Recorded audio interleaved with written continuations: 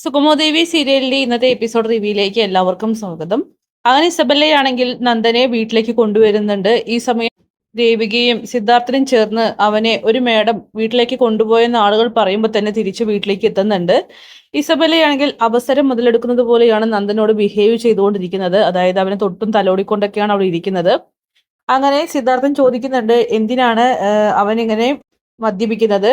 എല്ലാവർക്കും അവരവരുടെ ഇഷ്ടമാണ് ഇപ്പോൾ എന്നൊക്കെ പറഞ്ഞുകൊണ്ട് അയാളാണെങ്കിൽ പൊട്ടിത്തെറിക്കുന്നു. ദേവികയാണെങ്കിൽ ഇസബella നന്ദന്റെ റൂമിലിട്ടെന്ന് അറിയുമ്പോൾ തന്നെ വേഗം അവിടേക്ക് ചെല്ലുകയാണ്. ചെല്ലുമ്പോൾ കാണുന്ന കാഴ്ച നന്ദന്റെ തലയിൽ തലോടിക്കൊണ്ടിരിക്കുന്ന ഇസബല്ലയാണ്. അവൾക്കത് ഒരിക്കലും അംഗീകരിക്കാനും കഴിയുന്നില്ല. അങ്ങനെ ദേവിക പറയുന്നുണ്ട്, ഇസബല്ല ഓവറായിട്ടുള്ള ഫ്രീഡം എടുക്കരുത്, മര്യാദയ്ക്ക് മാറി നിൽക്കുന്നു പറയുമ്പോൾ നന്ദൻ ഇപ്പൊ ഒന്ന് ഉറങ്ങിയിട്ടുള്ളൂ ദേവി, അവനെ ശല്യപ്പെടുത്തണ്ട എന്നൊക്കെ പറയുന്നു. അങ്ങനെ പാതി മയക്കത്തിലാണെങ്കിൽ നന്ദനാണെങ്കിൽ ദേവി സോറി എന്നൊക്കെ പറഞ്ഞ് ദേവികയോട് ക്ഷമ ചോദിക്കുകയാണ്. അങ്ങനെ വീണ്ടും നന്ദു എന്ത് പറ്റിയെന്നൊക്കെ ദേവി ചോദിക്കുമ്പോൾ നിന്നോടല്ലേ പറഞ്ഞത് ദേവി അവനെ ശല്യപ്പെടുത്തണ്ട എന്നൊക്കെ.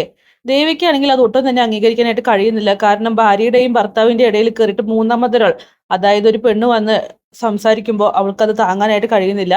ഞാൻ എന്റെ ഭർത്താവിനോടാണ് ചോദിക്കുന്നത്, നിനക്കെന്താ ഞങ്ങളുടെ ബെഡ്റൂമിൽ കാര്യം? മര്യാദയ്ക്ക് ഇവിടെ നിന്നും പോവാൻ നോക്ക്, ഓവറായിട്ടുള്ള സ്വാതന്ത്ര്യം എടുക്കണ്ട. പവിത്രമായിട്ടുള്ള ദാമ്പത്യത്തിനിടയിൽ വന്നു കയറി എന്തെങ്കിലും പറയാൻ നിന്നാലുണ്ടല്ലോ ഇസബല്ല, മര്യാദയ്ക്കാണെങ്കിൽ മര്യാദയുടെ ഭാഷയിലായിരിക്കും ഞാനും.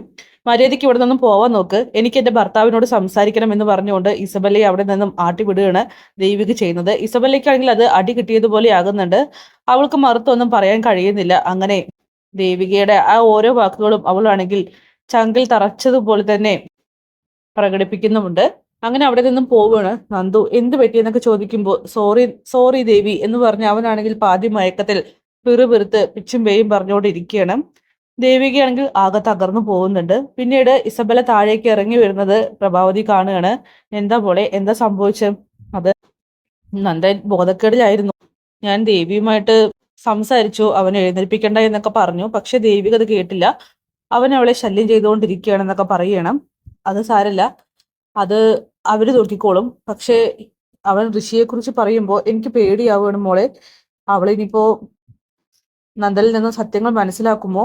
ഋഷിയെ കൊന്നത് നന്ദനാണെന്ന് അവൻ തന്നെ വിളിച്ച് പറയുമോ എന്നൊക്കെ ചോദിക്കുമ്പോൾ ഏത് MLA പവർ ഉപയോഗിച്ചും നന്ദനെ ഹറാസ് ചെയ്യാൻ ഞാൻ സമ്മതിക്കില്ല.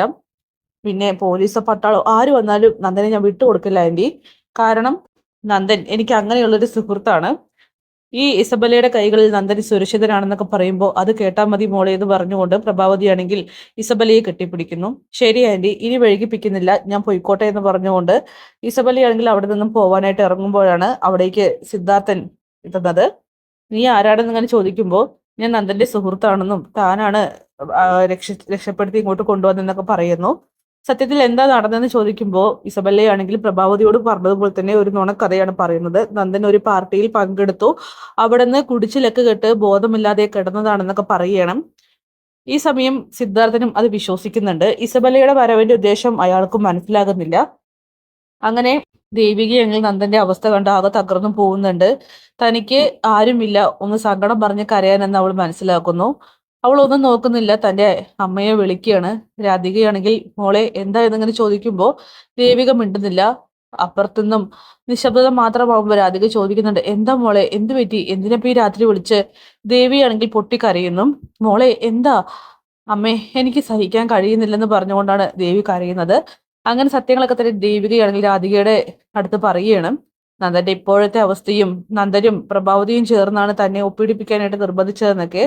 മോളെ നീ എന്തൊക്കെയാ പറയുന്നതെന്ന് ചോദിക്കുമ്പോൾ അതേ അമ്മേ, ഞാൻ രാജിവെക്കാൻ പോവാണെന്നൊക്കെ രാധികയോടാണെങ്കിൽ ദേവിക പറയുന്നുണ്ട്. എന്തായാലും ഇസബലയുടെ കടന്നുവരവും എല്ലാം കൊണ്ടും നന്ദന്റെയും ദേവികയുടെയും ജീവിതം തന്നെ താളം തെറ്റിച്ചിരിക്കുകയാണ്. അപ്പൊ കാത്തിരിക്കാം കിളിയൻ എപ്പിസോഡ്സിനായിട്ട്.